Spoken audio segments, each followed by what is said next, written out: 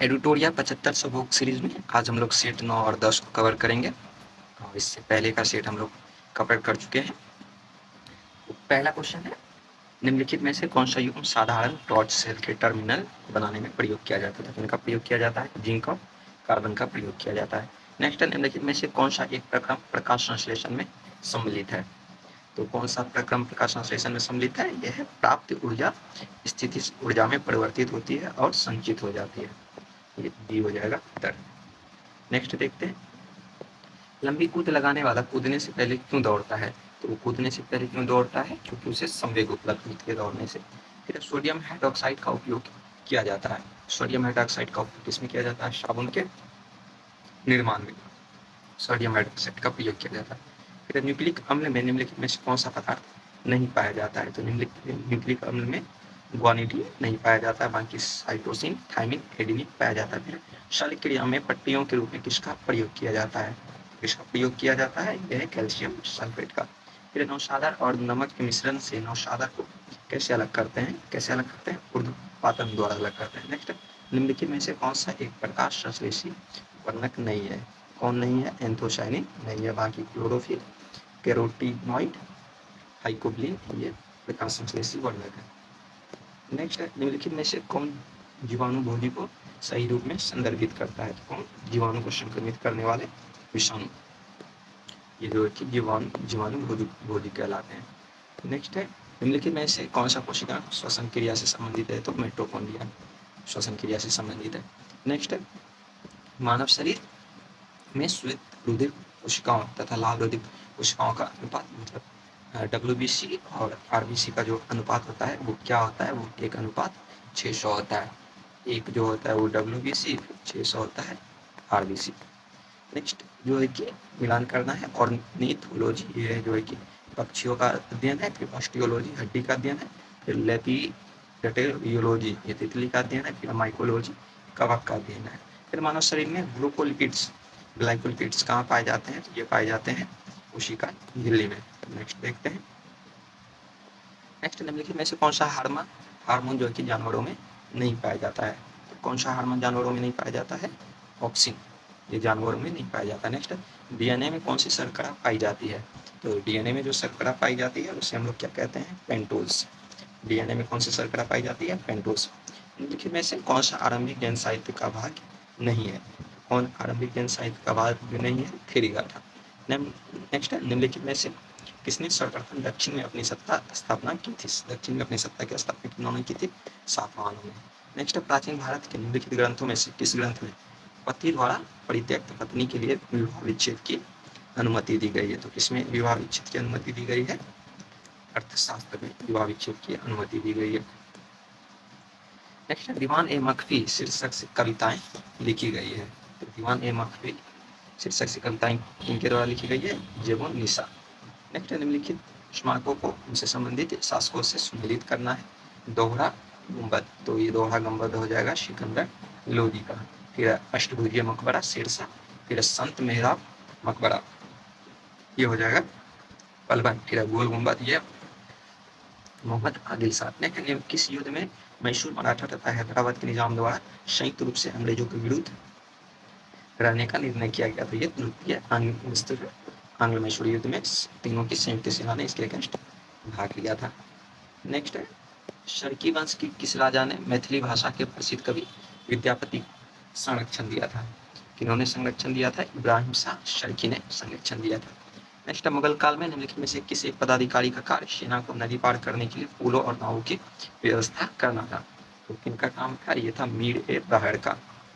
फिर 1857 के विद्रोह के पश्चात ब्रिटिश सरकार ने निम्नलिखित में से किस प्रांत से सिपाहियों का चयन नहीं किया था? तो मध्य प्रांत से नहीं किया था, क्योंकि यहाँ के सैनिकों ने जो कि विद्रोह में बढ़ चढ़ के हिस्सा लिया था, जिस कारण इन लोगों को गैर लड़ाकू घोषित कर दिया गया था।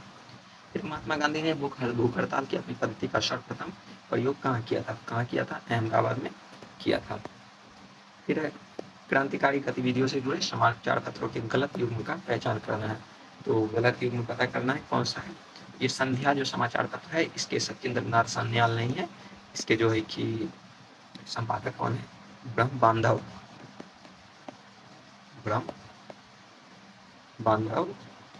उपाध्याय।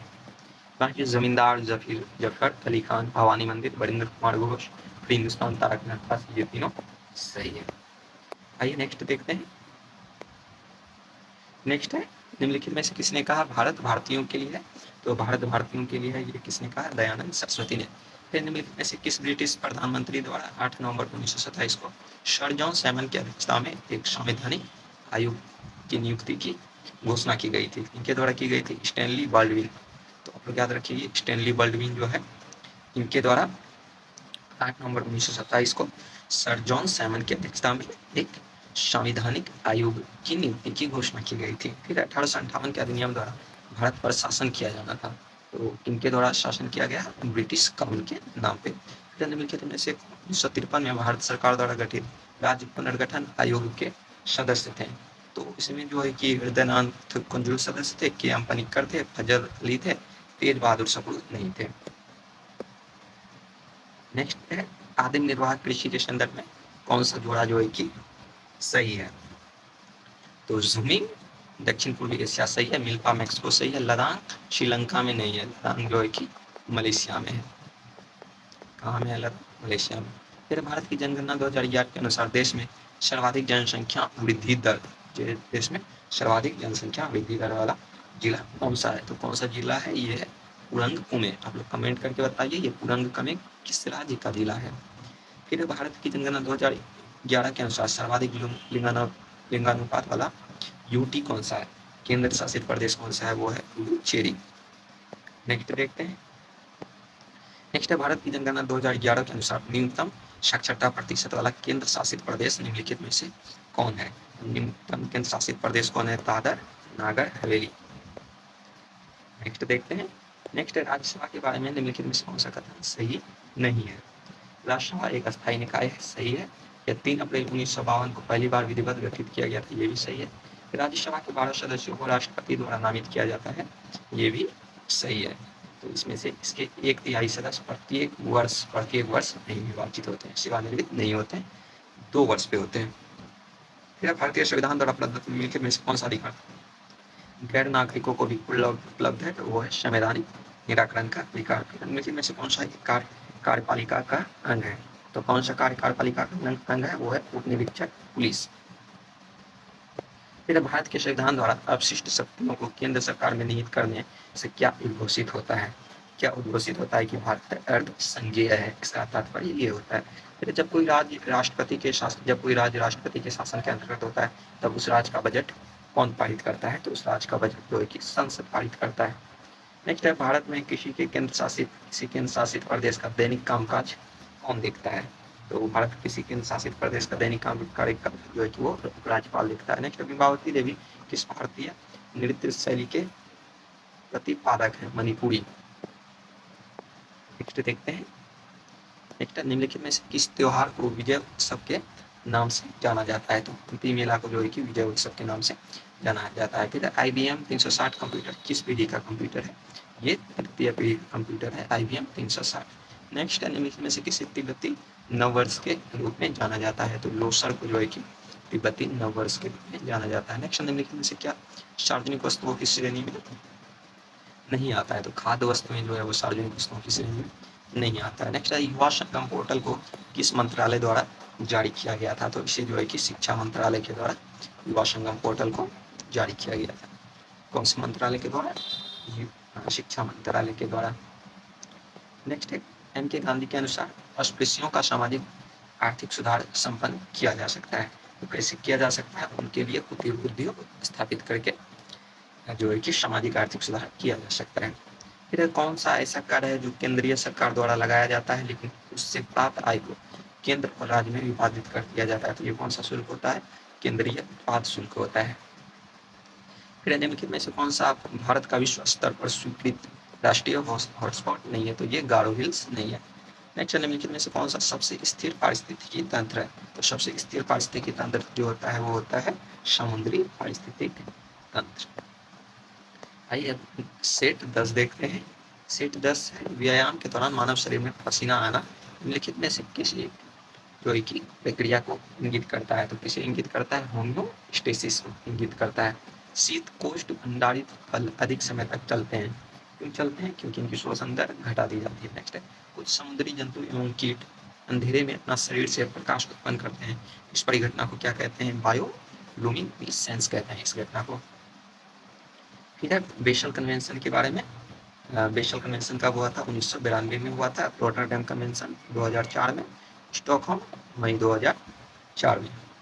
नेक्स्ट देखते हैं। नेक्स्ट है, वायु में उपस्थित निम्नलिखित में से कौन सी गैस पीतल के रंग को खराब करने के लिए उत्तरदायी है? तो कौन सा खराब करने के लिए उत्तरदायी है? हाइड्रोजन सल्फाइड जो है खराब करने के लिए उत्तरदायी है।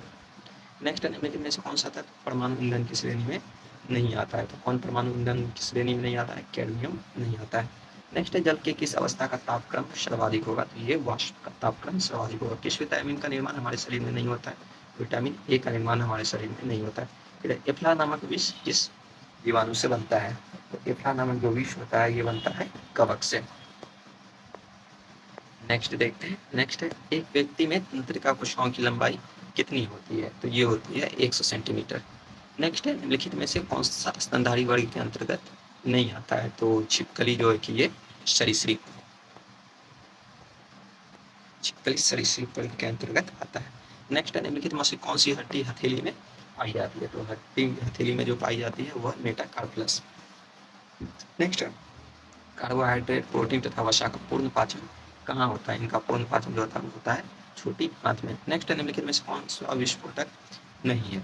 विस्फोटक नहीं है, कौन नहीं है? वो नाइट्रोक्लोरोफॉर्म विस्फोटक नहीं है। बाकी ट्राइनाइट्रोटोल्यूट, डाइनाइट्रोग्लिसरीन, साइक्लो ट्राइमिथ्रिन ये सब जो है कि विस्फोटक है।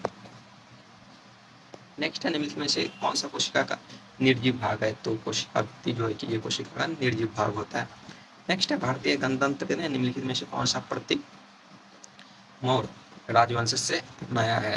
कौन सा प्रतीक जो है कि मौर्य राजवंश से अपनाया है? तो ये सारनाथ की लाट जो है ये मौर्य राजवंश से अपनाया है। नेक्स्ट है, निम्नलिखित चार शासकों में से किसने उच्चाधिकारियों को भरण पोषण के लिए भूमि अनुदान दिया था?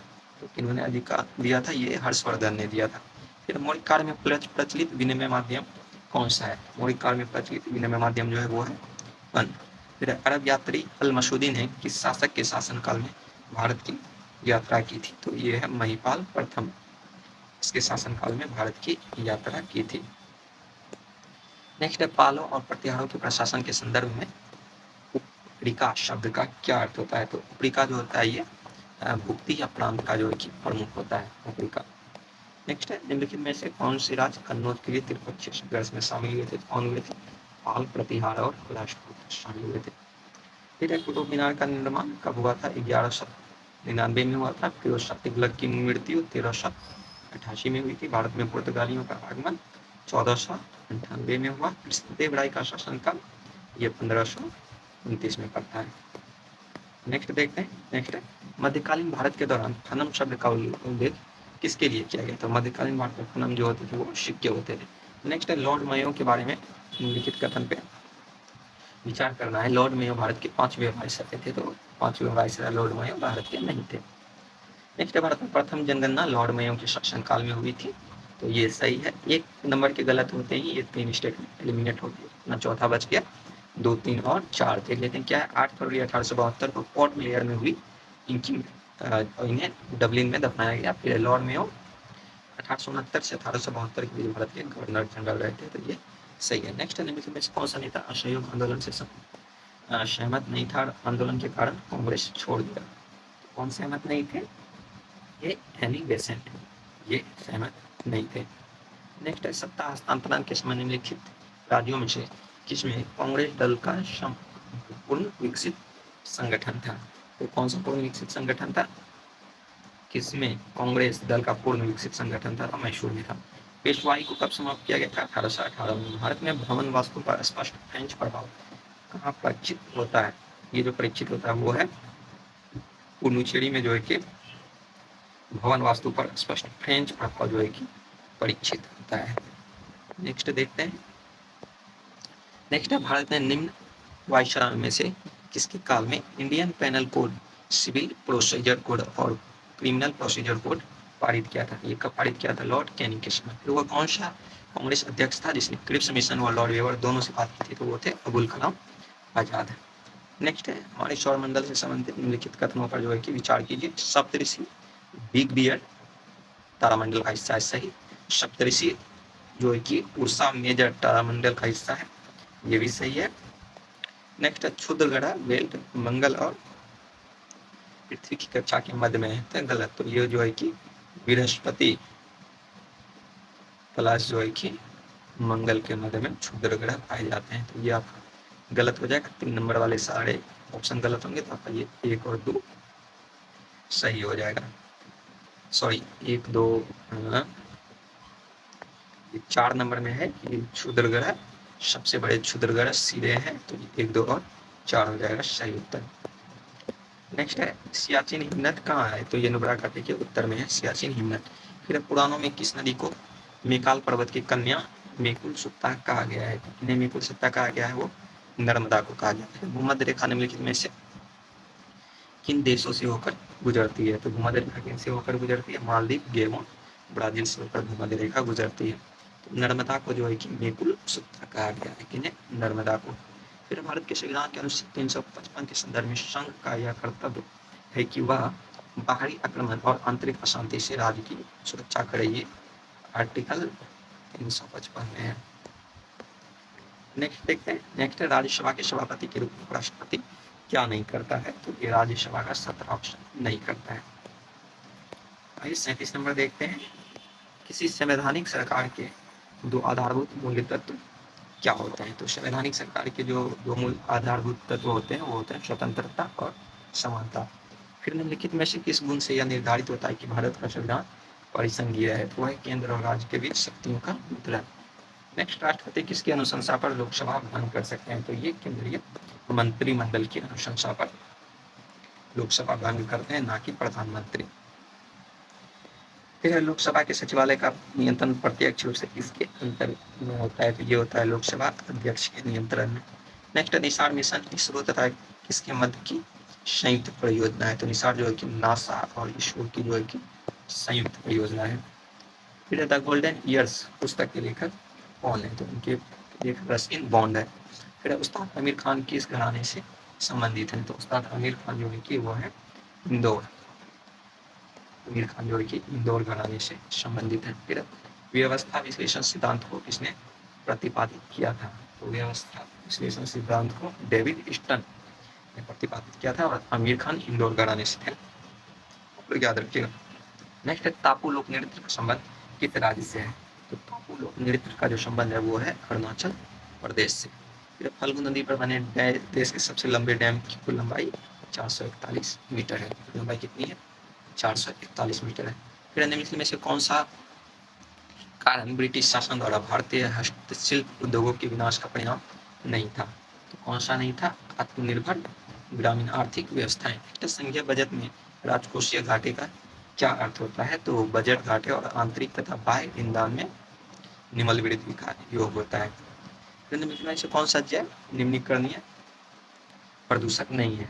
कौन नहीं है? कीटनाशक नहीं है, मतलब बायोडिग्रेडेबल प्रदूषक नहीं है, तो कीटनाशक। फिर पारिस्थितिकी तंत्र में ऊर्जा का प्रभाव निम्न से उच्च पोषण स्तर पर जाने से कम होता है ऊर्जा। इसे निम्नलिखित द्वारा समझा जा सकता है। इसे किसके द्वारा समझा जा सकता है? उष्मागतिकी के द्वितीय नियम द्वारा। फिर ऋग्वेद यह सबसे प्राचीन वेद है। इस वेद को पढ़ने वाले को बुद्ध कहते हैं। तीसरे मंडल में जो है कि ऋग्वेद के गायत्री मंत्र का उल्लेख है। 9वें मंडल में सोम देवता का उल्लेख है। और फिर 10वें में 4 वर्ण ब्राह्मण क्षत्रिय वैश्य शूद्र का उल्लेख है। 250 इंद्र के लिए और 200 अग्नि के लिए इसमें रचनाएं हैं। और गोत्र शब्द का सर्वप्रथम उल्लेख इसी वेद में है, ऋग्वेद में, और इसमें गाय के लिए अग्नि शब्द का प्रयोग किया गया। तो हम लोग इस वीडियो में सेट 9 और सेट 10 को कवर किए हैं। इससे आगे का सेट हम लोग अगले वीडियो कवर करेंगे। वीडियो कैसा लगा आप लोग कमेंट करके ज़रूर बताइए।